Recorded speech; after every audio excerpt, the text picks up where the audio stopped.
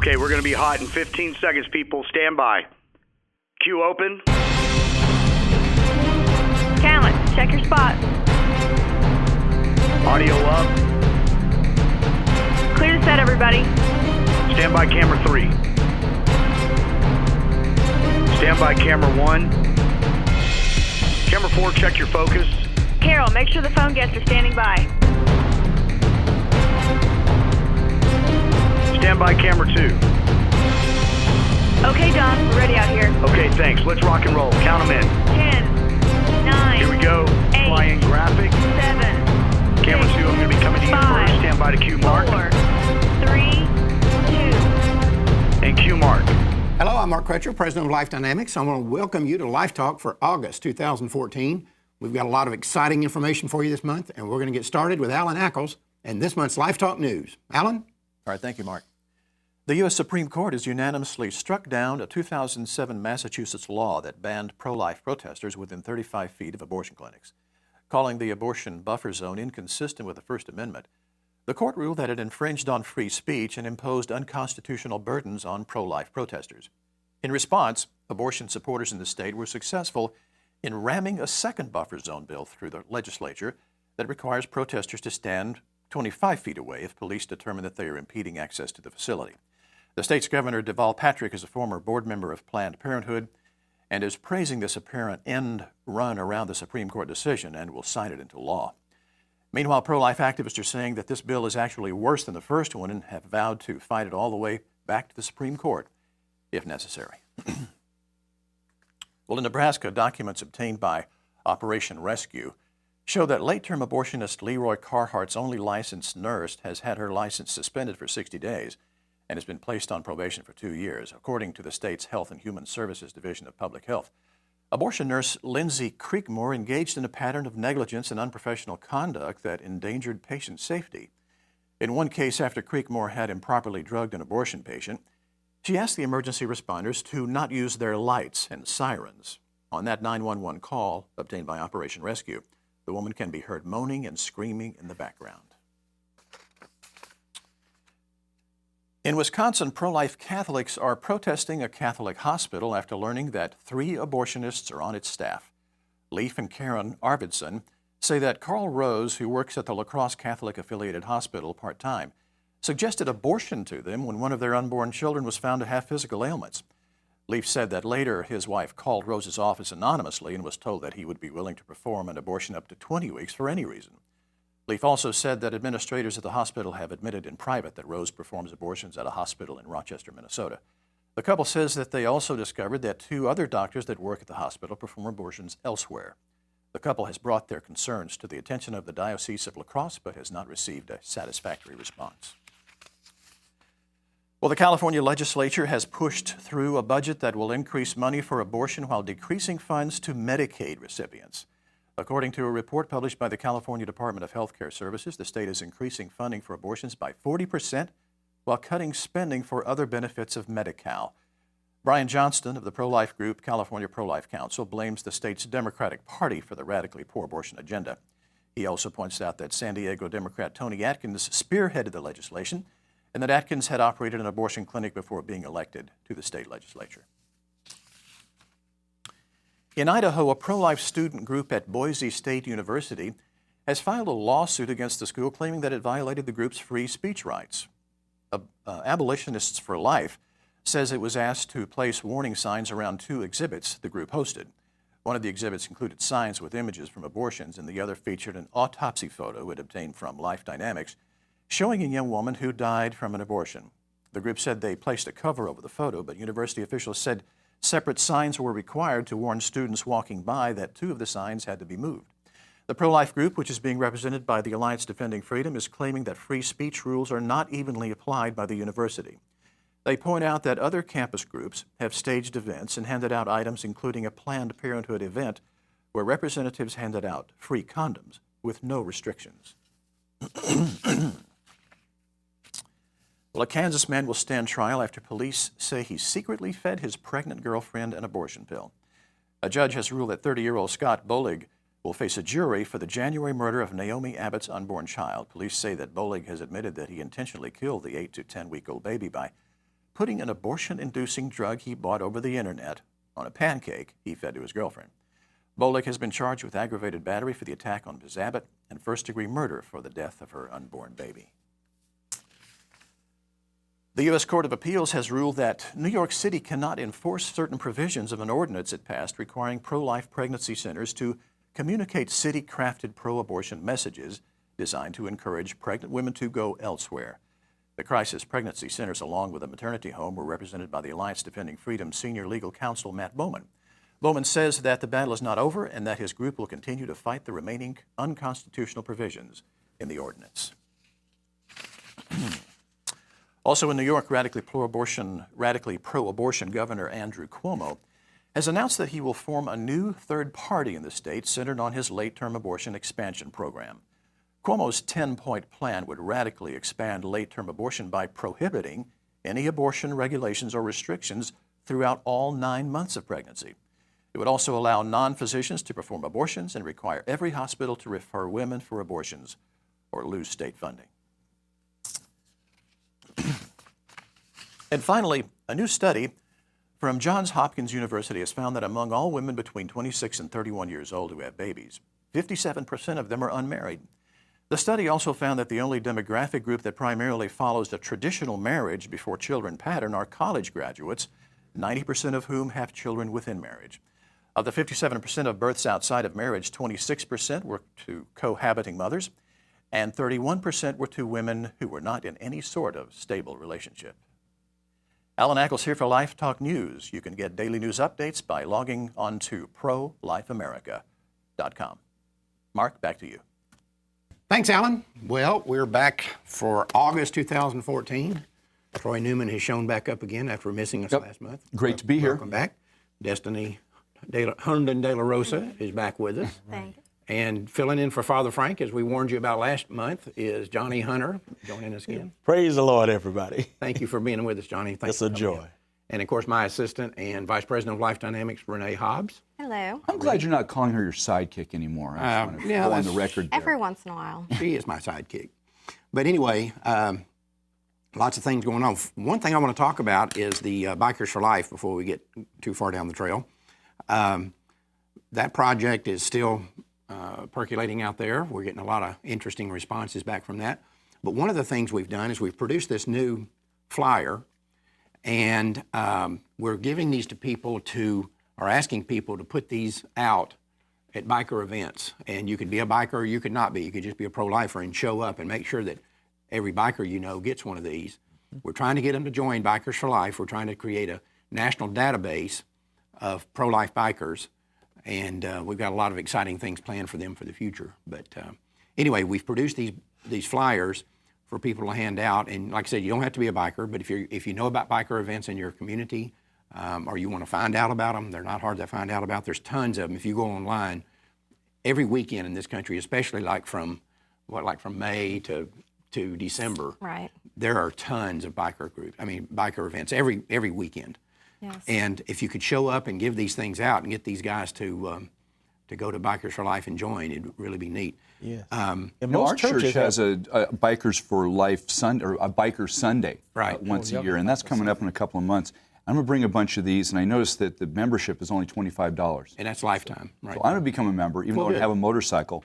But I'm wondering, like I used to ride, I'm wondering how many memberships would I have to get for you to buy me my Harley Davidson? A bunch.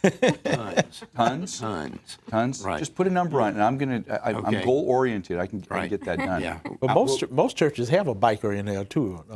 Oh yeah. And there's every a lot one of of them, and they belong to some bikers club. Right, and there's a lot of just biker churches. Yes. Yeah. There's a lot of them here.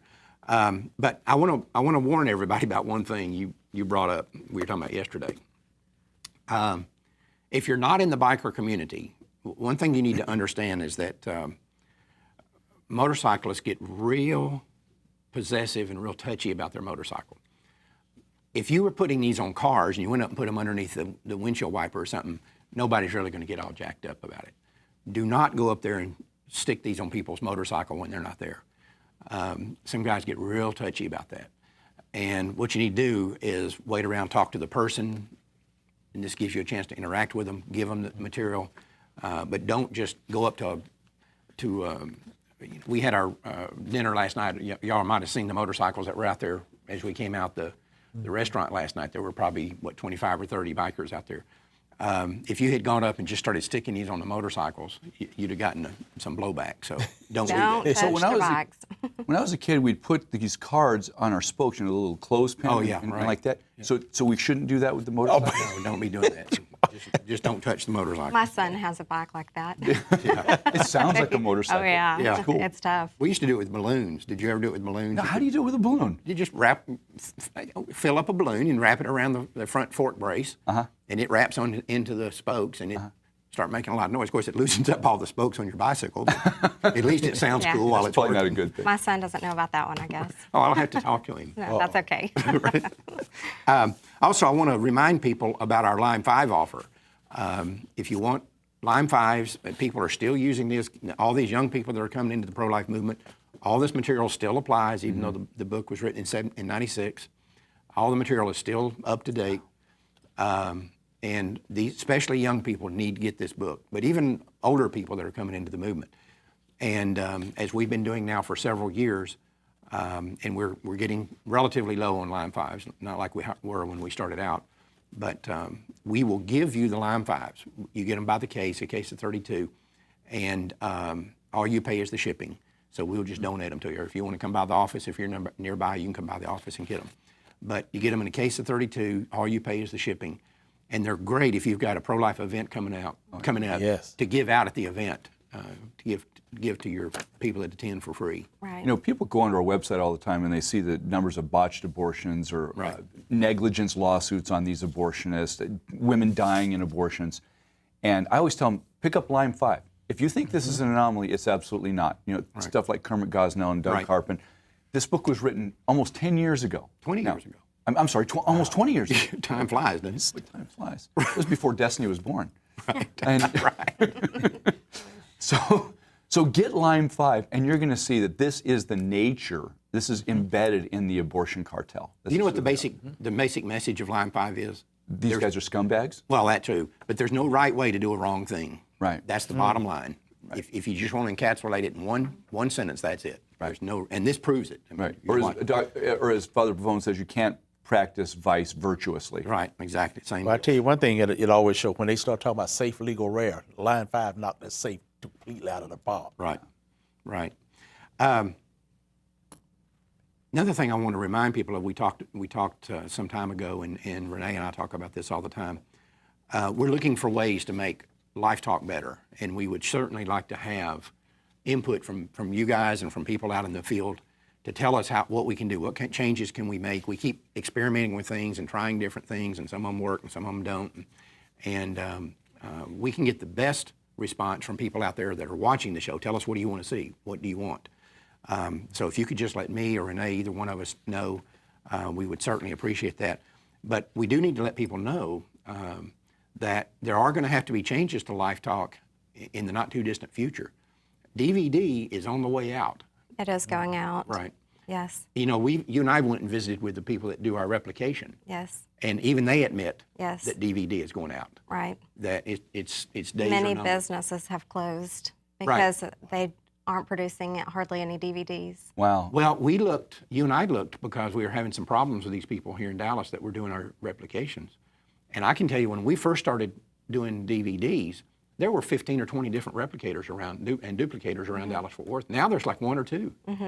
And So what are they going to? Blu-ray, little discies? Or just streaming online. stream online. And you know, we've started putting Life Talk now on lifetalktv.com. You can watch it for free. And we're getting tons of people watching it online for free. And that's the future. And they get it immediately, too. Right. I got to say, I know that's the wave of the future, okay? I but know. I hate live streaming. I live out in the country, and I get that little wheelie thing. So a 2-hour movie takes 4 hours. Well, you got to get better equipment. That's your No, problem. it's just I live out in the country. It's the country, I have really yeah. bad internet service. But anyway, people need to be prepared for that. You know, we went through a bad time years ago, before you guys were even around, when we went from VHS, which is what we started out, to DVD. I mean, we had a lot of blowback from that. People, oh no, I don't even have one of those little things. And that little disc, and you really put everything on there like you do on a big VHS tape.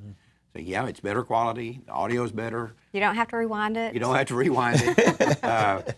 You can store them a lot easier. You know, you can store 20 years worth of DVDs in a place for 2 or 3 VHS tapes. Right. But we did have people object to it, and we lost some subscribers when we went from VHS. It's just a change. Right. People don't like change. Yeah, they resist it. But we are going to have to change. We're not going to have any choice. All right, so I've got a challenge for you. Let's end abortion before we we can have end DVDs. All right. There you go. I'm up for that. Got a lot of things here we want to talk about today, obviously, as usual. First off, you know, you hate to just pick on somebody incessantly, but when it's Barack Obama, it's okay. well, that too. But, you know, one of the most, I don't even know what the right word is to describe this woman, but Nancy Pelosi, Is a hypocrite? you think, among many much. other things. Anyway, she goes down to the border. She all been out of shape about how we're treating these people, these thousands of people that are flooding across the border now, that Obama has invited, by the way. And she uses this language. She said, what I saw there was a dazzling, sparkling array of God's children. Oh, my. You know, she probably didn't even get close enough to know if these children had TB or scabies or whatever it is. She probably didn't get that close to them. Right. But she comes back and uses this language, dazzling array, a sparkling array of children. Right. And then she talks about how she says, when it comes to protecting children, I'm a lioness. She wants to take them all Oh, my home. goodness. Yeah, well, let her move in with her. Right. Listen, we have a humanitarian duty to take care of these children. You know, there's no doubt about that. You just can't ignore that reality. That's a reality.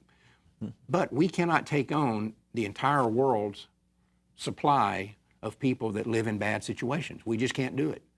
And so you have to have some kind of, you know, if you don't have a border, you don't have a country. Right. Yeah. Right. Yep. And if you don't secure the border, then you don't have a border. So, you know, and this idea that we can just open up the borders and let these people just pour in here. You know, Mark, one of the things, we have a pro-life attorney that also works with immigration and help people get over here legally. And this attorney became an attorney just to defend the defenders, because people that were rescued, we got arrested so much. Right. She said, oh my goodness, these guys need real defending. Right. And she became a lawyer and one of the best, but she also good for helping people that's trying to escape a country, you know, and get refuge. And she says this whole border crisis is really working against her and those that are trying to get people over here legally and people that really need refuge. They have gang members that are coming over. They not only have children coming over, if you want to consider 16 through 18 children, that's fine. But remember, these are children with gang members that have killed people, murdered people. And some of the little children that are coming over don't have no immunization. They got all kind of diseases. Mm-hmm. That's why when Obama went down there, he wouldn't even take a picture down there because he didn't want to forward out with what really is going on down there. Right. And for them people to stand up and Nancy Pelosi try to pretend like she loves children, what a hypocrite. Right. Exactly. She don't even like the little ones in the womb. This That's is the same right. one that took pictures of her family. And in the meantime, every legislation she's passed has been against children. That's right. Every one of I them. love it when Johnny's here. Yeah. You know, I agree, and I'm definitely on the same side as most people in regard to securing our border and immigration reform, et cetera. Definitely right of center.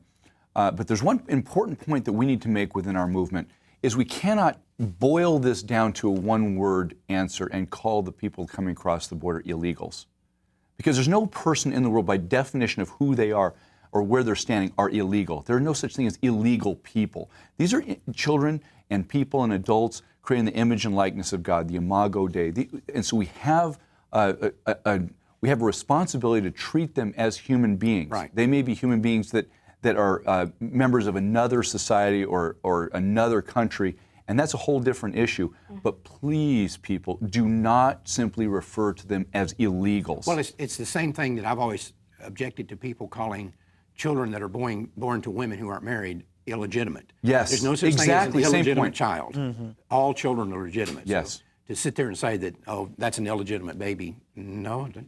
You know, if that's an illegitimate baby, how do you define a legitimate one? It dehumanizes them. Right. You're just an illegal. Right. Oh, well, as soon as you dehumanize, you know from history across the world, as soon as you can take What them down happens a next. notch, you can destroy them, you can kill them. Well, that's But I tell you, without a secure border, though, what we are going to have some people coming over here who does not have our best interests in mind. Right. And Well, we got Americans that just- don't have that. We got one in the White House. in fact, that's why this down in the first place. That's why we have this problem. Interesting thing, I want to make sure people around the country don't let the national media trick you as far as what's going on here in Texas with Wendy Davis. If Greg Abbott doesn't do something horrifically stupid, this woman has no chance.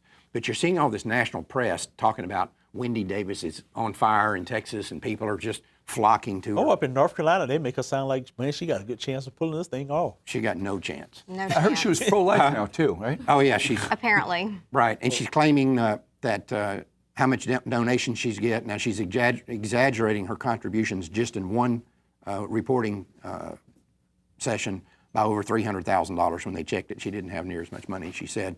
But Planned Parenthood says they're going to give her $3 million. Oh, They're trying to make this thing battleground Texas because their thing is they're saying if we can win Texas, then we can win anywhere. Well, the fact is they can't win Texas unless Greg Abbott does something just unbelievably stupid. and you know what fries me? Okay, look, this is a pet peeve of mine. Planned Parenthood promises to give Wendy Davis, a political candidate, $3 million.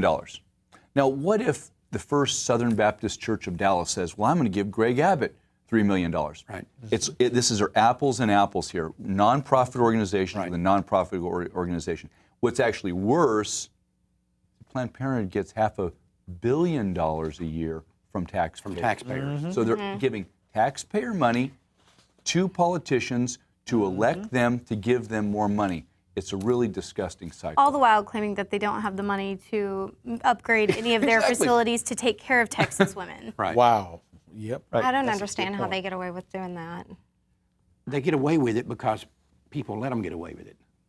That's the bottom line. It's like if you're out on 35 driving home tonight to Ponder, and you're out on 35 and you're going 70, and the cop just looks at you and lets you go by, and it's a 55 zone. That's how you got away with it. Wow.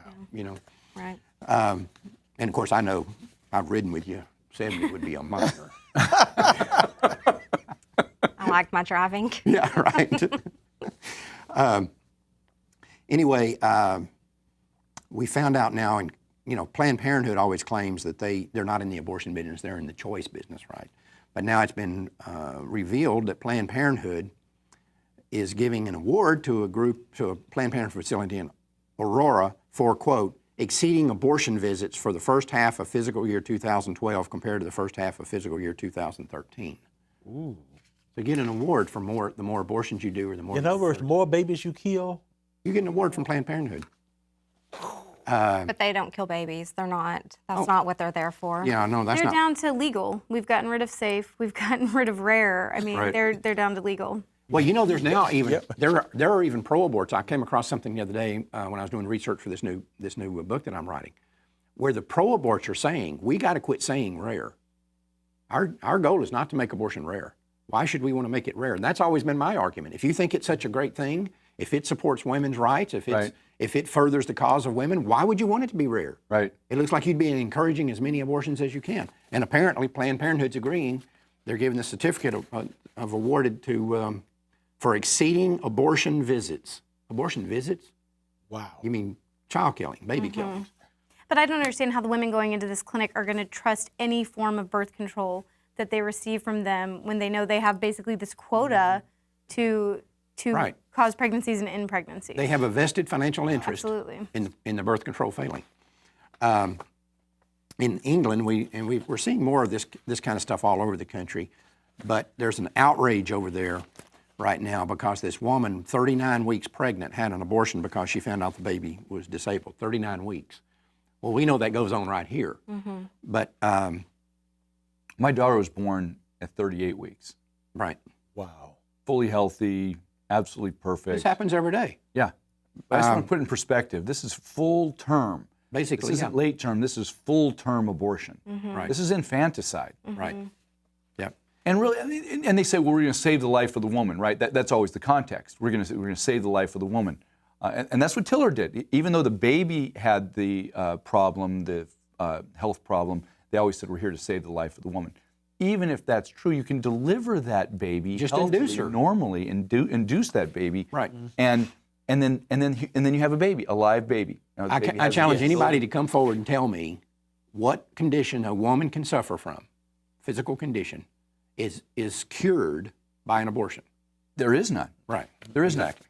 But And so all let's call it what it is. It's fetal euthanasia. Right. All these people are getting all jacked up over there about them killing this baby, and obviously we would be jacked up about it. But most of the people that are getting jacked up about it over there are openly pro-abortion. Well, this is what you get. That's fine. I'll take that. It's time to be jacked up about stuff like this. Time to be outraged over this. That's just what you get. Did you see where now the National Organization for Women, or of women, for women, Some women. is calling Little Sisters of the Poor. We know who they are, right? These are women who live in poverty their whole lives, Right. helping the poor, right? They're nuns. And they're calling them one of the dirty 100. Oh my goodness. Now is calling them Little Sisters of the Poor one of the dirty 100. And these are all they're helping elderly people, and they're mostly elderly nuns helping elderly, poverty-ridden people. Now is calling them part of the dirty 100 because they don't endorse abortion and birth control. I just love whenever they compile one of these lists because it kind of gets to highlight these amazing groups. So they went ahead and gave us a list of 100 different organizations that we need to support. It's just, Good I way watched to put the it. video last night on the Little Women. Is that what they're called? Little Sisters of the Poor. Yeah. And it was so neat because they would stay there at the bedside when the elderly were passing away and minister to them. Wow. and they're sweet and they're nice. And Yes. did you see, I watched a video that was on, it may be the same one, they had on Fox the other night when Megyn Kelly was going after the woman from Now. And she was actually trying to defend this argument of calling them one of the dirty 100. Wow. And they showed these clips from, like you say, from these women, these nuns at the bedside. Did you notice something that was really interesting about that?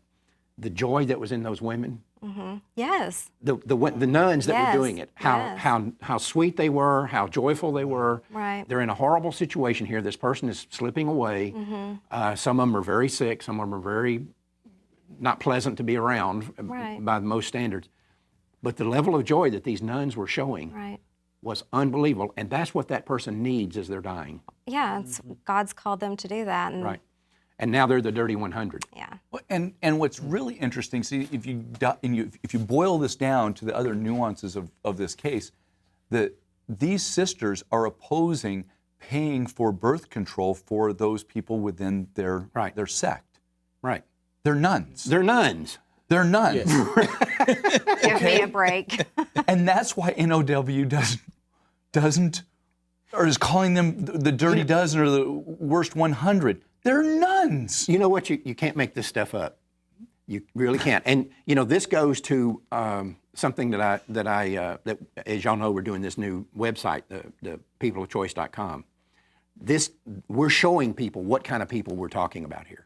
But that kind of stuff not only makes them look arrogant, it makes them look stupid. Really stupid. Really It stupid. makes them look stupid. Really stupid. They're As trying if to they needed intimidate. more ammo. Talking about that video again, go look at the pictures of the nuns in that video. Just look at them. Don't even hear any audio, or don't even know what they're doing. Just look at those pictures of those nuns and compare them, the looks on their faces and their countenance and so forth, with the people that we're showing on peopleofchoice.com, and see the dichotomy there. This is who these people are. This is who these people are. That's right. All right.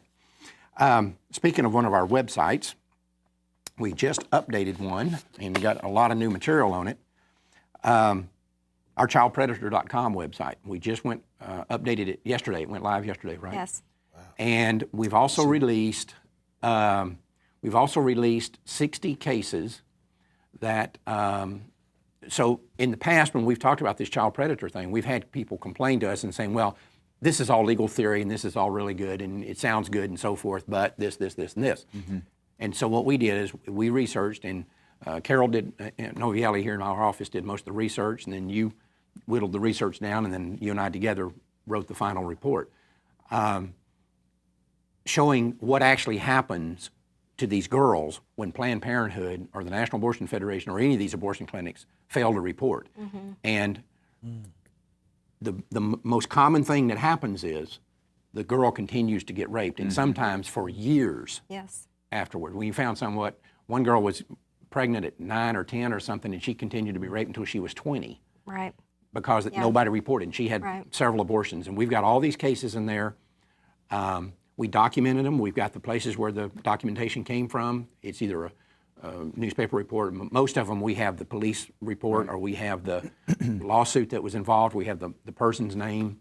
Like you said, y'all summarize them, though, into small, kind of digestible chunks, which is actually really great for sharing on social media, because it can be overwhelming to put all of this information out there. But if you can just do that one little story with a link to the website and really get the word out so that people understand how big this problem is. Yeah, it is. And I really like the fact that you nail the perpetrator, the child abuser, the pedophile, and you nail the abortion mill that didn't report it. That's right. But we don't talk about the victim.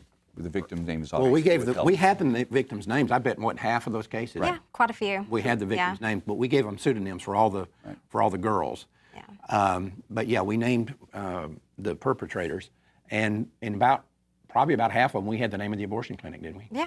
Yeah, we did. I think over half. Yeah. One of them is our office, our former abortion mill that's now our office. Right. Estrada was raping girls, bringing in and out of there. Actually, 2 girls, the older girl and then her younger sister were coming there for an abortion, several abortions. And it wasn't until they were brought next door by sidewalk counselors to the pregnancy counseling center that the truth finally come out, and the pregnancy counseling center then reported. The abortion clinic never reported, but they reported. And this guy's now sitting behind bars, got 35 years. Right. Okay. Okay. Yeah, you remember the Estrada case? Yeah, I do. It's horrible. Yeah.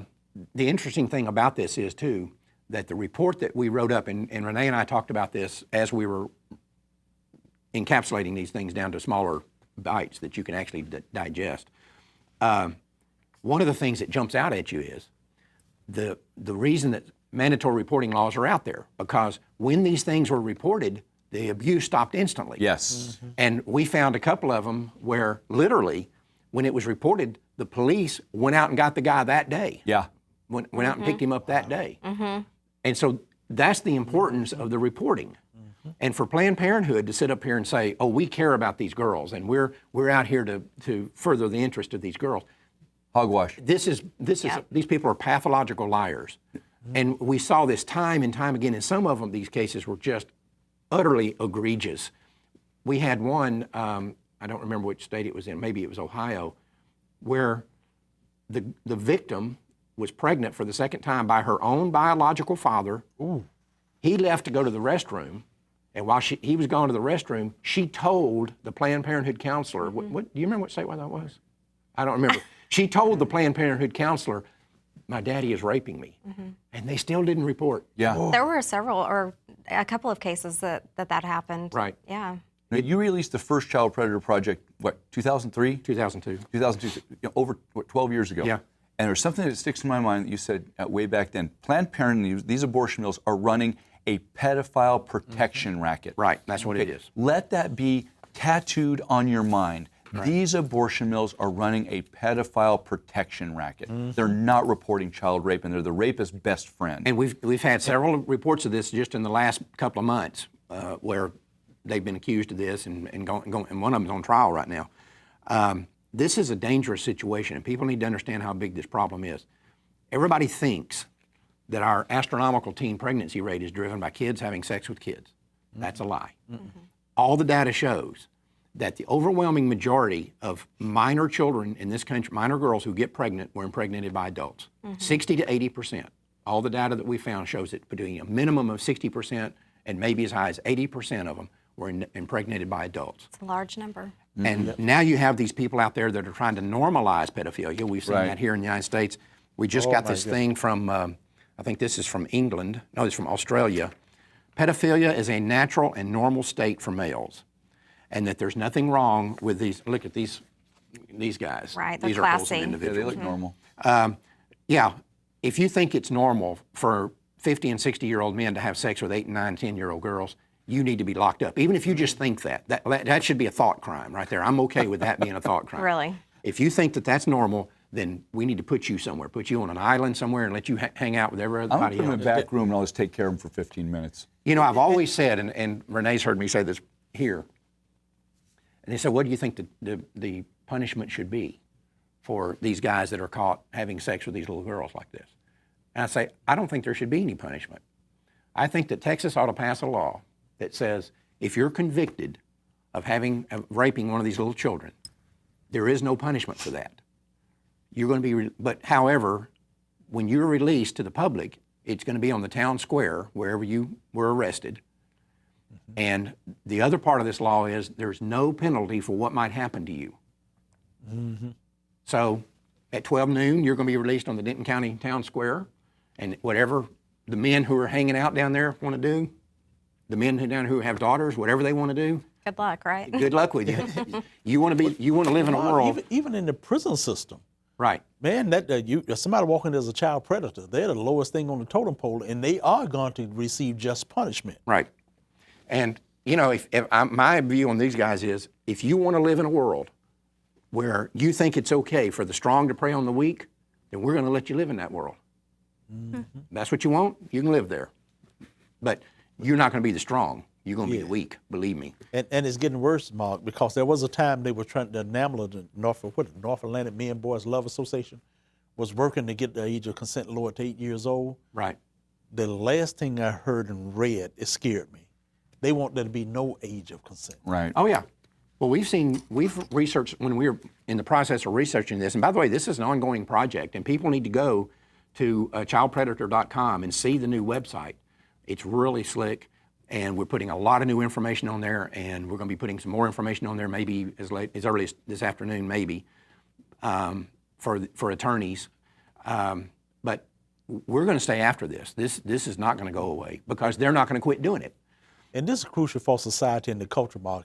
This is why we must learn to protect the little ones that are in the womb. If you can't protect them in the womb, they're going to be in just as much danger coming out of that womb. Right, exactly. Well, they are. That's why child abuse has skyrocketed since abortion's been legal. But anyway, be sure and visit childpredator.com. And again, I want to encourage people to go to peopleofchoice.com. It's not a fun website. Oh, it's fun. It's not fun. It's just revealing. It is.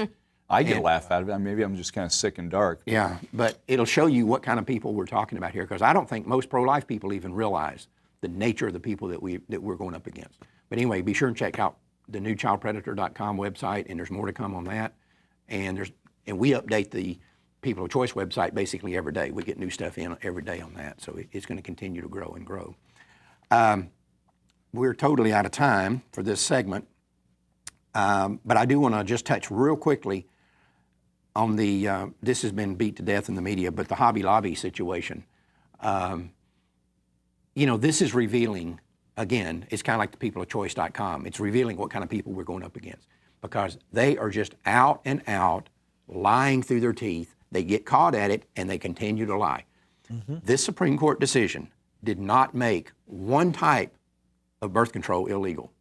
They're coming out here and saying, well, we're letting our bosses decide what kind of birth control we can have. No, they didn't.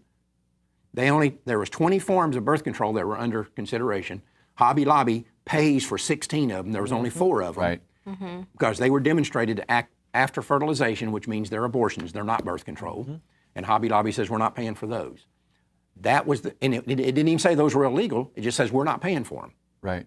Yeah. And these pro-aborts are out here saying, well, if you don't have the ability to purchase it, then in effect, the effect of that is to deny you your right to have birth control if you don't have the money to buy it. Are we going to apply this anywhere else? I've been out, as you know, on radio programs saying we have a constitutional right to own guns under the Second Amendment, right? We have a constitutional protected right, free exercise of religion. What if somebody says, well, I want a gun, but I can't afford to buy it? Are we obligated as taxpayers to buy that person a pistol? What if they say, I'd vote for that. yeah, yeah, what you want me to buy you a Harley Davidson, which ain't happening. I'm voting for that too. I know you are. No, you don't get a vote. But I mean, isn't that right? That is how ridiculous it is. That is exactly how ridiculous it is. What if they said, look, here's a poor church in a poor community. This congregation cannot afford hymnals and Bibles. Yeah. So and if we don't buy them hymnals and Bibles, they're denied their constitutional right to free exercise of religion. The people that are going berserk over this Hobby Lobby thing would actually have a meltdown if the government said, well, look, we're going to buy Bibles and hymnals for those churches that can't afford them, right? Right. These people would be in the streets if that were to happen. They'd be catatonic over that. So, but anyway, it's really enlightening. I mean, heartening for me to see that our enemies have to resort to just out and out lying, get caught lying, and continue to tell the same lie over and over again, because that means they got nothing else. They got no way to defend themselves. The only thing about those cases that have been scary to me for the Supreme Court is 5-4. Yeah. Yeah. Well, the whole thing is scary. I mean, we're living in very dangerous times from a lot of perspectives, and we don't have time to get into. But we live in very, very dangerous times. I think one day the world's going to look back at this particular point in history and be astonished at what they see. And this abortion thing is part of it. But anyway, we're out of time for this segment. We'll be right back. If you want to see how far down the moral abyss our country has fallen, think about this. The number one cause of death among children 12 years old and under is accidents. And statistics show that among children who are so severely injured that they end up in the emergency room, slightly less than 10% of them will die. But at any given time in America, between 20 and 25% of all children lying in their mother's wombs will be intentionally killed by abortion. In other words, legalized abortion has turned the womb into an environment that is more than twice as deadly for unborn babies than a hospital emergency room is for children injured in traumatic accidents.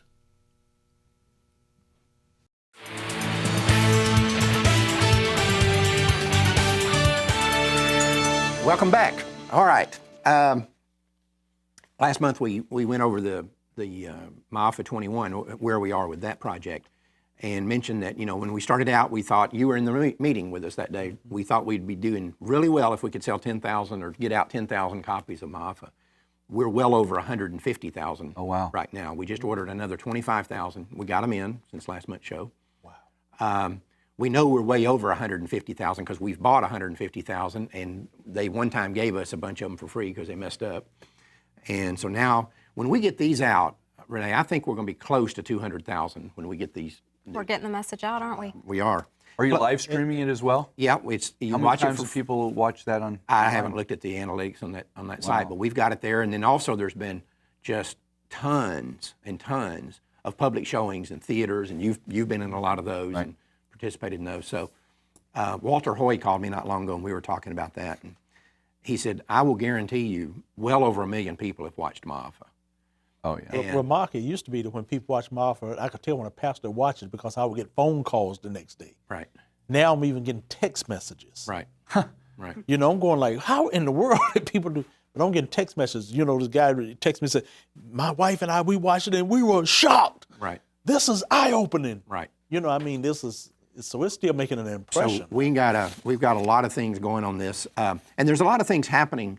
You can see, by the way, that the pro-aborts are starting to get extremely nervous about the impact we're making in the black community. And it is profound, the change that has gone on. You'd know that better than I would. But like at this year's March for Life, the number of African Americans you saw there was exponentially more than all the previous years combined. And I had several people tell me that they've been going to it for 30 and 40 years and saw more blacks, 10 times as many blacks this year as they've seen all the other years combined. So we know we're having an impact, and you can see this around the country. The way they've gone after Ryan Baumberger, for example. That's a great example. The NAACP has been horrible to him. And I've got a copy here, Johnny, of something you put out talking about the NAACP in North Carolina is being ran by a man who is, I don't know, you describe him. By Barber. Looks like Goliath. Yeah. And about the biggest pro-boy, and he holds a thing called Moral Monday. Right. Except blacks don't start going to Moral Monday because they were actually at Moral Monday supporting same-sex marriages and then turn around and support abortion. On Moral Mondays? Right. Immoral Monday. Oh, Really? my goodness. They having trouble recruiting blacks, so a lot of times you watch the crowd now, the crowd ain't that black no more. Yeah, that's right. But this guy's, but the National Association for the Advancement of Colored People, as they call, Ryan had hit it right the first time. These folks are acting like the National Association for the Abortion of Colored People. That's what they're acting like. Right, right. I made, Leroy had that tweet of us that time, and Stephen Brody and I was quoted on it, and I just made a point, and they shut down our tweet. They don't need the KKK no more. Right. Planned Parenthood got the NAACP in the back pocket. Right. That's right. They don't need the Klan. Yeah. And that's why we have their website, KlanParenthood.com. Yep. I love it, Planned Parenthood. And they're starting to fight back with some articles and some things on the internet and some articles that are being published. Here's one by this woman, Chanel Matthews, who's a raging pro-abort, happens to be African American. And she says, this is her first line in this article, "A world without abortion is unsustainable for black women." Well, prior to 1973, how did these women survive? Yeah. Oh, my. Unsustainable. Despite the fact that she knows good and well that black women make up 12% of the female population and have 40% of the abortions. In some places, over half the abortions are on black women. And it's just, it's unbelievable the hijinks that these people are twisting themselves into, the gymnastics they're twisting themselves into doing in order to try to defend abortion in the black community by black people. The funny thing that you see these activists who are supposed to be advocating for these women, they're constantly telling them what they can't do. Right. And how they need this in order to be able to succeed. I feel like that is the exact opposite message that we should be sending to women of any race. Well, that's what abortion does. It says you're a poor problem solver. You're not smart enough. You're not talented enough to solve this problem, so you got to kill your baby. Right. And that's what the early feminist position was on abortion. That's, if you go back and study like I said, I've talked about this many times, the Elizabeth Cady Stantons, the Virginia Woodhulls, the Susan B. Anthonys, all these women were adamantly opposed to the legalization of abortion because they knew exactly how it would be used. And we see this time and time again. When you and I wrote the report on the violence against women who refused to have abortions, that was the point we made in there. This is what the feminists were saying in those days, is that sexually irresponsible and sexually predatory males would use it as a safety net. And we made the point in that article that you and I wrote in which we said, this is what happens. These women get killed, put in nursing homes, get the devil beat out of them. When they won't jump into the safety net, this is what happens. Right. Anyway. But what's aggravating for me, Mark, is they can even find black folks that support and say the things like that sister just said. That's just outright ridiculous. During the time of slavery, one of the worst atrocities in slavery was from a guy named Ellerton, a former slave who became a slave owner himself and became one of the most horrible slave owners in South Carolina. Had the biggest slave, and he was the meanest and the nastiest Negro out there. And I'm saying that because there are people like that. When you see drugs in the black neighborhoods, you don't see no white guy standing out there selling no drugs. There's some black person that sold out the whole community out there doing it. And we have the same thing going on in the abortion industry, and we got the same thing going on. Anytime a black woman gonna say that about other black women, she ought to be ashamed of herself. Well, she doesn't have any shame. You can't be ashamed of yourself if you have no pride and no shame. Yeah, at the point where I'll take them there. Right. But anyway, we got a lot of stories here we could go over. The ACLU is continuing to sue Ryan Baumbarger, and they're threatening to sue Life News for reporting on what's going on in the black community. And anyway, but there are good voices out there too. There's a poet who's got a thing called The New Civil War. He's black activist Sean Welcome. Have you had any contact with this man? Nope. I haven't heard the poem. Just yesterday, Carol told me it was really neat. And he's got a poem that you can go on the internet and listen to. It's called The New Civil War. And so blacks are starting to speak out. And so these black groups that are in support of the abortion industry are getting nervous, and you can see that. And one of the things that's happening is, and you can see this in something that's going on up in Ohio. Ohio Right to Life has come out with some billboards, kind of like what Ryan did, and they're really slick, really well done, and they've put these billboards out to try to impact the black community and let them know what's going on. And joining us right now from Columbus, from Ohio Right to Life, is Katie McCann. Hello, Katie. Hello. How are you? Thanks for having me. I'm fine. Listen, I've seen your billboards, and we're gonna put them up on the screen so people here can see them. And I've seen some of the stuff that you've put out here. It's pretty neat. You're getting a lot of really good feedback from the black community about these billboards. You even got something from a pro-abort who was positive about this billboard and talking about this billboard campaign and talking about how you do need to be informing the black community that they're being genocided. Give us kind of your take on this. Right. So I think one of the things that we really tried to do with this campaign and that we've been trying to do for the last year really is just to present the facts. At the end of the day, these are just numbers. They are numbers, and we're asking people to draw their own conclusions about the numbers, and people are responding pretty well. We've taken our postcards, which present the same statistics, that 42% of abortions in Ohio take place on black women, even though they make up less than 8% of our population. We've taken these postcards throughout Columbus. We've dropped them on doorsteps. We've actually engaged with people. We pass out the postcards and we share the information with people on the streets of downtown Columbus even. And people really engage, and people are always surprised. And mind you, we are specifically talking to African American men and women, usually low-income folks who are, on the bus line down here downtown waiting to get on the bus. And people are always shocked. But we also do hear a lot of good feedback, people who know what's happening with a developing baby in the womb and tell us that, they wouldn't abort their babies for anything. So we do hear positive feedback, and we're actually getting the message out. We thought that we would go ahead and put the statistics up on billboards in Cleveland, because that's where most of the abortions in Ohio are happening, and 63% of abortions up in Cuyahoga County are taking place on African American women. So we really wanted to focus on this crisis. Now, wait a minute. Let me back up there. You're saying black women make up less than 10% of the black population, but 63% of the abortions are done on blacks in Cleveland? So this is in Cuyahoga, right, but the black population up there is 30%. Oh, okay. But still, it's well over half of abortions that are taking place on African American women in Cleveland. And there are 3 abortion clinics up there. And so we know where the hurt is.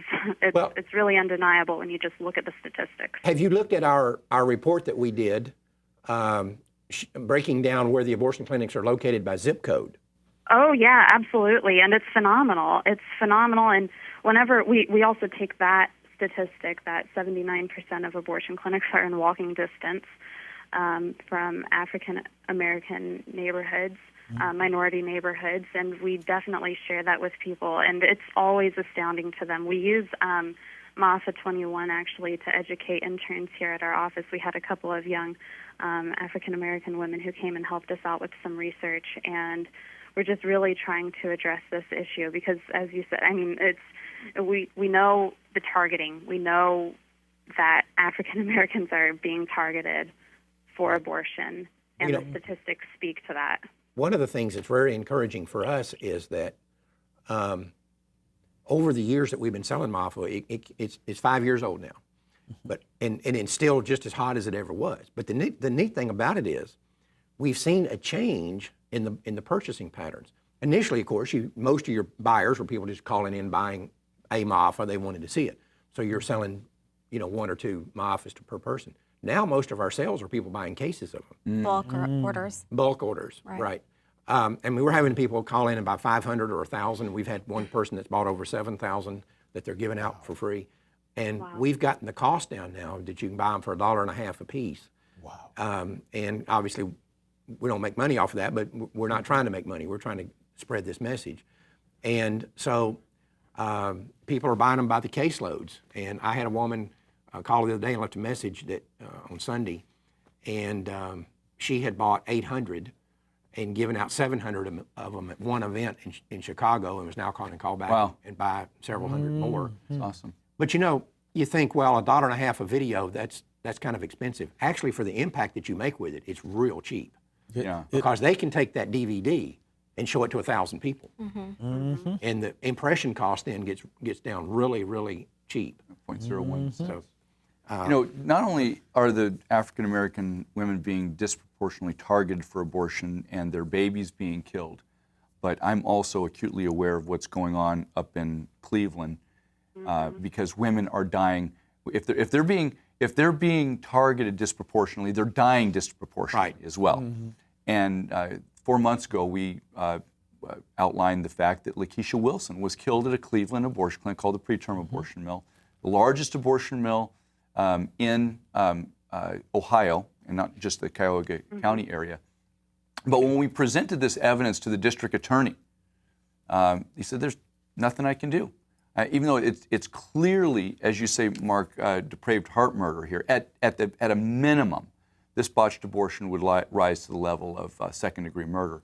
But they're just not interested. Why? I think because she's a person of color. Well, and I tell you, Troy, I didn't even find out about that till you actually sent out the email on one of your little news alerts. You know, there was nothing on any local media or anything about it, and the national media didn't even touch it. You know. Well, Don't get me started on that because I'm so upset. With Tanya Reeves. Tanya Reeves, same Planned way. Parenthood murdered her. I don't care what anybody says. They murdered that Mm-hmm. girl. That was not malpractice. It was not an accident. It was depraved indifference murder. If you read the statute in Illinois on depraved indifference murder, the Tanya Reeves case fits that perfectly. Katie, are you seeing some reaction to this young lady that was killed in Cleveland? Yes, actually, it's mostly in personal interactions how people are responding to it. Because when I show people her face, they're heartbroken to think that she died from an abortion up there. But it's also one of those things that, like Troy's talking about, we're just trying to get as much action, as much investigation of what happened to go on as possible. Otherwise, it's really a matter of just spreading the word, because otherwise it's not right. The information is not getting to people. Well, listen, we really, really appreciate you taking this case to the public up there and using MAFA and using all the other things that are out there in our reports and stuff like that, because that's why we put it out there. We've said all along, here at Life Dynamics, we cannot go out there and be in every little community. We can't do that. So we've got to have people on the ground who take this material, we put it out there to be used. And people like Katie are out there making a difference. And I can assure you, Katie, little black babies are going to be alive that would have otherwise been killed because of what you're doing. That's just a fact. Yeah. Thank you, Katie. You know, one thing I love about this campaign and others is it's effective. We've been in this campaign here for 41 years to try to end criminalized abortion or decriminalized abortion. And it's neat to see all the people that come on the show, Mark, and they have some little neat new idea that is effective in closing down abortion clinics and saving babies. That's why the pro-life movement's never going to go away. Because people like Katie and Ohio Right to Life, they come up with just a cool new idea, and wow, babies are saved at the end of the day. I was surprised because I looked at last year, and we're under one of the most horrible administrations as far as being pro-abort, and there were still abortion clinics shutting down. Oh, yeah. They're shutting down in record. All 87 over the last place. year. Yep. Yeah, they're shutting down in record numbers, and it's accelerating. They shut down a lot more in 2013 than they did in 2012. Yes. So the rate is accelerating, and I'll tell you, if all you have to do is go online and read the stuff that the pro-aborts are saying, and they are in a panic. We talk about Texas. Is that part of your little pile there? We can. We just bring it up? Right. Okay, today, in a front page of the newspaper here in Texas, Dallas Morning News, it says 13% of abortion rate in Texas is down 13% after Texas Governor Rick Perry signed HB 2. That's a total of 9,200 babies that were saved. Praise God. So half of all the abortion clinics have closed. 9,200 babies are saved. And for all those people that said, "Oh, you can't, pass a law and save babies, and it's not going to do anything. It's all a fundraising technique by the pro-life organizations." Baloney. Right. Yeah. Okay. Right. Texas is leading the way on what it takes to cripple and shut down the abortion industry. Go Texas. Save babies. And sometimes it's, we really can't talk about it. We don't need to be talking about it here. But it's the things that go on behind the scenes. When you first came here, I told you that, and that you'd be involved in a bunch of stuff. And we were involved behind the scenes in something that was totally unrelated to the HB2, but it was what caused HB2 to get brought up in the special session. And now 9,200 babies are alive today that would have been killed otherwise had it not been for that. Praise about God. it. Talk about it. You guys went down, talked to our undercover informants. Right. You made a phenomenal 18-minute video with those 3 women. Right. And it was that video that you pumped into the Texas legislature and got into Rick Perry's hands, and he said, "Not on my watch. Right. Not on my watch. We're going to do something here in Texas." Right. And, when Renee and I went to Houston and shot that video, we thought it would be dramatic. but we had no idea it was going to do what it did. The impact that it made. But it is true, did. and you've seen that since you've been here. It's what goes on behind the scenes that really changes things. It's not all the grandstanding out there in front of the TV cameras. That's right. Very seldom does anything. Right. And Mark, even that video you did with those 3 women, I showed that at a workshop at a Christian conference, and people their jaws dropped. Yeah. You know, so this. It's still making an impact. Yes. It's not going to go away. But anyway, hey, Katie, I want to thank you again for what you're doing. And if you need more Ma'afas, you let me know. And Katie, you in so fact, if you even need some black folks, let us know. Right up there Will behind do. you got Arnold Cobriff and all that company up there. We'd be glad to help you out on this Yeah, one. Johnny wants to be imported is the deal, but Yeah, but it doesn't have to be me now. She really does have Arnold Cobriff up there. And Arnold was, the targeting when you use those zip codes, he was inspired by that. And has now set up a website, and it literally shows a diagram where all the abortion clinics are within 2 miles walking distance Right. of any black neighborhood. Even the ones that are outside the zip codes of the blacks are still within 2 right. miles. And anybody that wants to see that report can go to prolifeamerica.com. It pops up on the front, and you can read it for free. You can download it and print it off, or we got printed copies here. But you look at that. Katie, you've seen that report, right? I mean, your guys are using that information. Oh, absolutely. Once you've read that, saw all that data, and it's not our data. This is Census Bureau data. Right. Love it. Was there any doubt in your mind, Katie, that blacks and Hispanics are being targeted? Oh, not at all. Not at all. And I mean, it confirmed, I think, what everyone's been talking about, what everyone's known. Again, I mean, MAFA 21 shows the whole history. And again, that's data that's coming from the CDC. It's data that's, not coming from a partisan source. So, you have to take the statistics for what they are. You have to take all of that data for what it is. Mm-hmm. And so you're not buying that it's a coincidence that they target black communities and then black women have more abortions. That's not a coincidence in your mind. Absolutely not. And everyone whom I've spoken with up here, again, when we're taking this information to the streets of Columbus, and we're going to go down to Cincinnati tomorrow, people are, they're seeing it. They are for sure seeing the connection. Good. Well, Katie, thank you so much for what you're doing. And Well, thank you. And thank you for all of the powerful tools that you've given us to help us out. Well, that's all we're doing is we're like the guy that manufactures the hammer that you buy at Lowe's. But somebody's got to buy that hammer and go out and build a house with it, right? Oh, yep. Because sure. for that, and we might have manufactured the hammer, but you're the one that's building the house. So I want to thank you again for that, and all the other people that are out there doing it, because they really are unsung heroes. And it's people like this that tell me, and we've talked about it a million times, there's no way these people can beat us. There's no way. It's not possible. And even they're starting to figure that out. And when you're a hammer, all those guys are nails. Right. Good analogy. Thanks for joining us, Katie. Oh, thank you. I love it. Bye-bye. Bye. Oh, Okay. That was great. Yeah. But again, they can't beat us. And we've talked about this many times. We'll have these unsung heroes that are working behind the scenes that nobody ever knows about, that never get in the media, that aren't going to be on Hannity tonight or something, grandstanding in front of a TV camera. And I'm not saying everybody down there that's grandstanding, but there are some.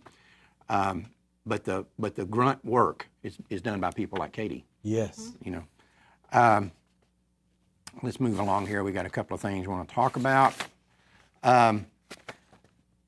In politics, Scott Brown, Mitt Romney endorsed hardcore Republicans pro-abort Scott Brown over a pro-life rival in the primary of the Senate race. Mitt Romney. Disappointing. Disappointing? Not to me. It's not surprising at all. Yeah.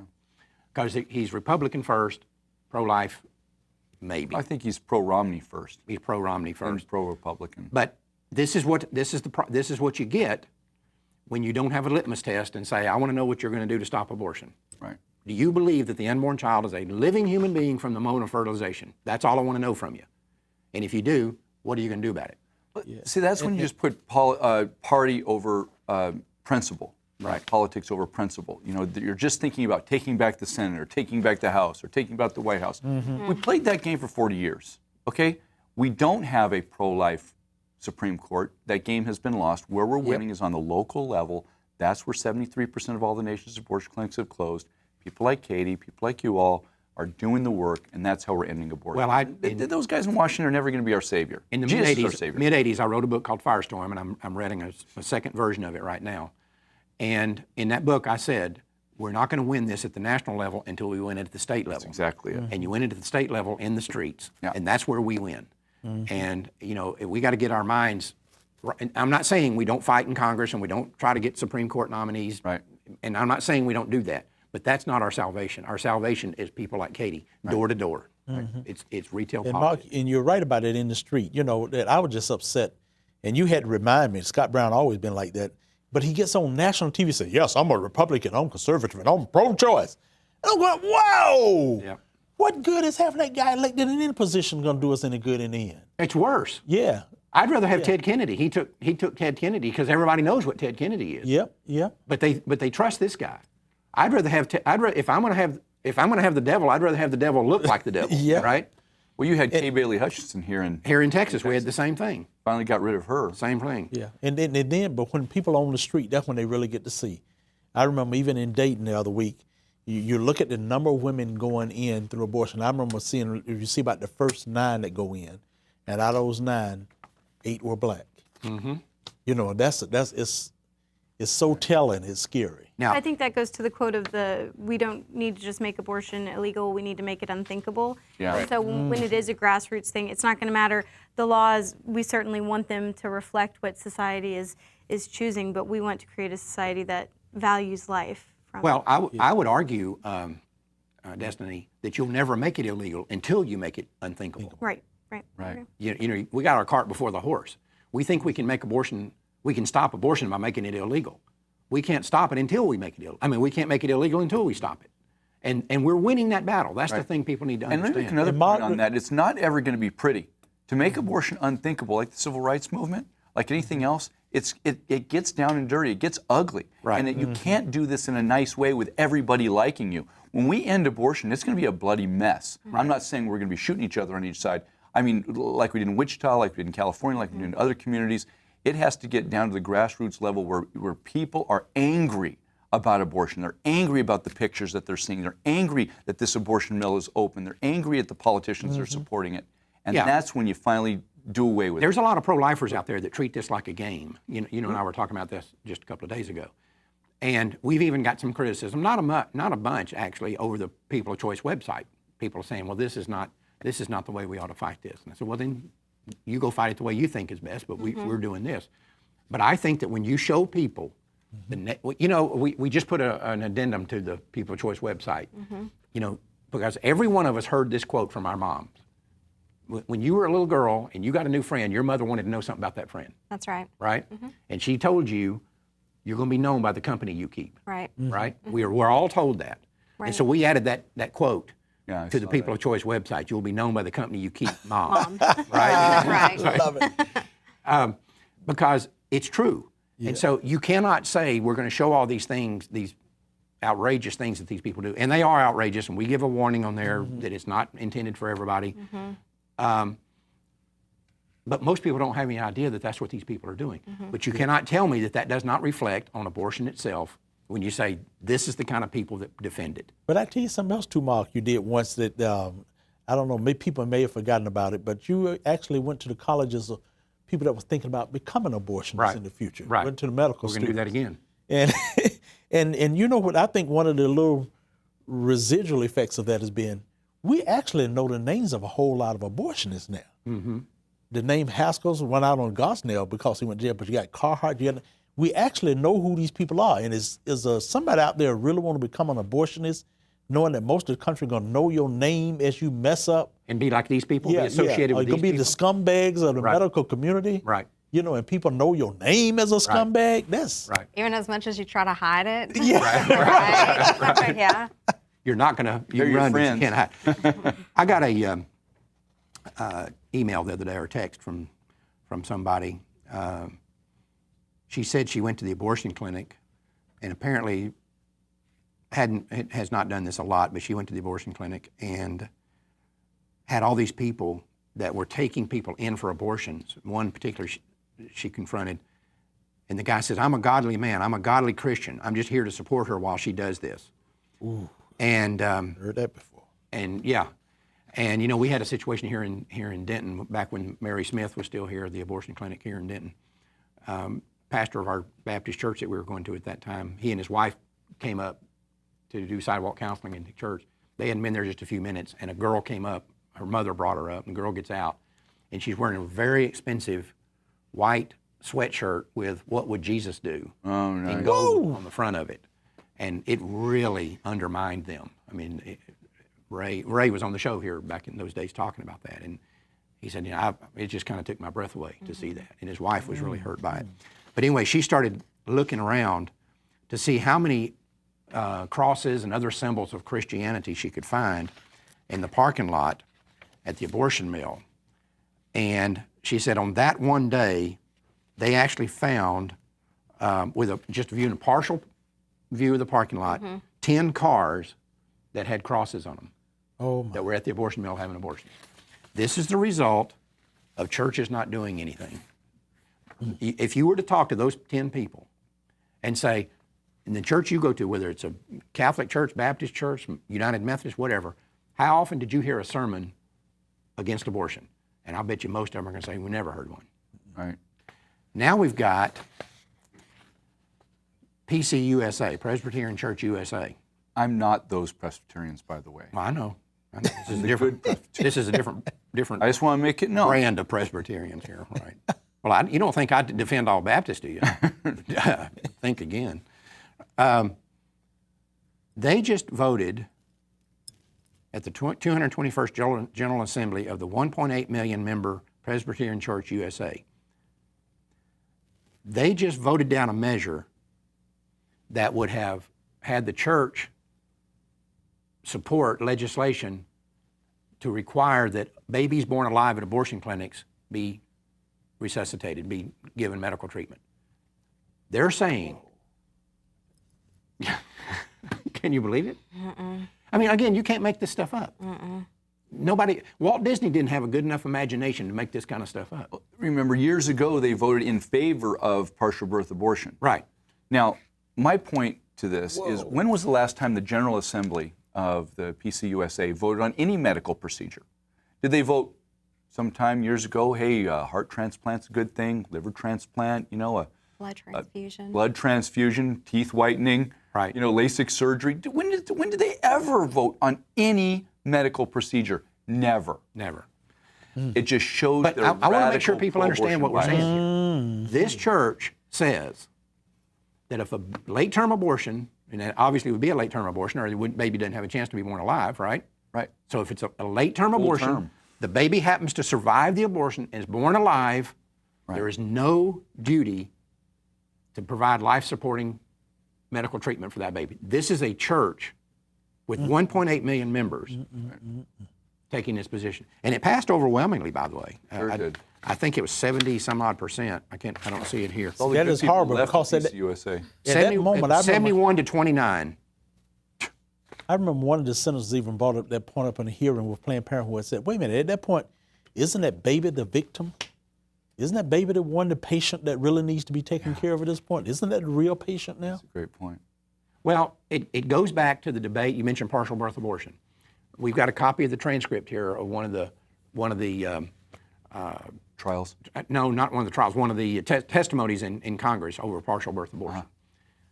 And they finally forced the pro-aborts to admit, even if this baby is 99% outside the womb, so there's no health to the mother, you don't have to kill that baby to do anything to protect the mother. Right. That baby, collapsing that baby's skull and sucking the brains out does not protect that mother. They finally admitted, I think it was either Barbara Boxer or Dianne Feinstein from California, finally conceded that when a woman goes in to have an abortion, she is entitled to a dead baby. Yeah. And that's what the PC USA Church is saying. This woman went in for an abortion. She's entitled to have a dead baby. If that baby comes out alive, you don't give that baby any kind of treatment. You don't try to save that baby. You go ahead and kill that baby or just put them in a room somewhere and let them expire or whatever you want to do with them. But they're saying, what this church is saying, is that that mother is entitled to a dead baby. Mark, if I was a member of that church, I'd be hoping that the atheists were right. Because one day, Man, and when they stand before God, that's going to be. But you know, we know the atheists aren't right. Right. Dr. Hunter. And they are not right. That's the bad part about it. I'm just saying, if I was a member of that church, that's why I'm not a member of that church. You know, if you have time, go back and read 2 Kings, I think it's around 23, 24, where Josiah, he's a young king, he's 8 years old, about 20 years later, he reads the book of the law, and his eyes are opened. And he's standing on Mount Zion, he's in Jerusalem, and he's standing on Mount Zion, he looks over at Mount Olives, and he sees he calls them the detestable idols of Molech and Baal and Chemosh and Asherah. He calls them the despicable, disgusting, repulsive, all these adjectives to describe these guys. And he says, let's go just tear them down.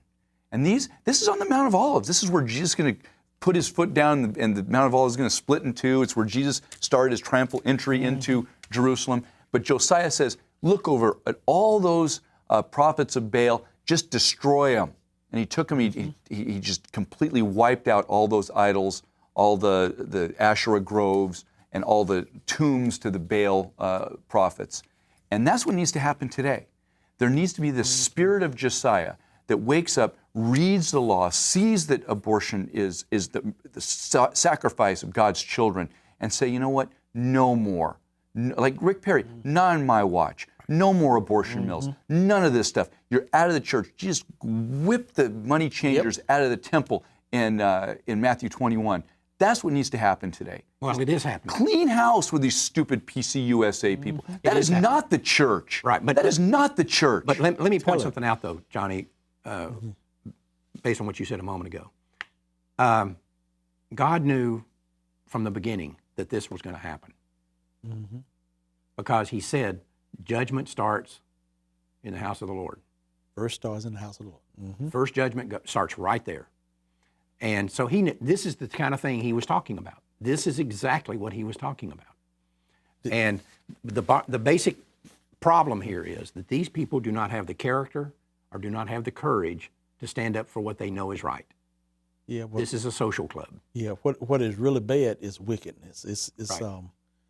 You know, the scripture all through the Bible talk about the people honor me with their lips and everything, but their heart's not there. Right. It's that's sad for the church. Yeah. Well, Johnny, it's really that is sad. It is. We're out of time. I want to thank you for filling in for Father Frank, and I'm sure we'll have you back. Yeah. In the future, and maybe I'll help Troy go down and get rid of some of those. Come on. It wouldn't do for us to be like Jesus, would it? Let's just get a whip and let's go turn some tables and. I kind of like that idea. That's where I'm at. Yeah. I know. Well, thank you. Appreciate it. It's a good show, everybody. And we'll see everybody next month. Father Frank will be back. And then, like I said, we'll have you on a future show. Yeah. Unfortunately, that's all the time we have for this month. Don't forget, Life Dynamics is not here to put up a good fight. We're here to win. We'll see you in September.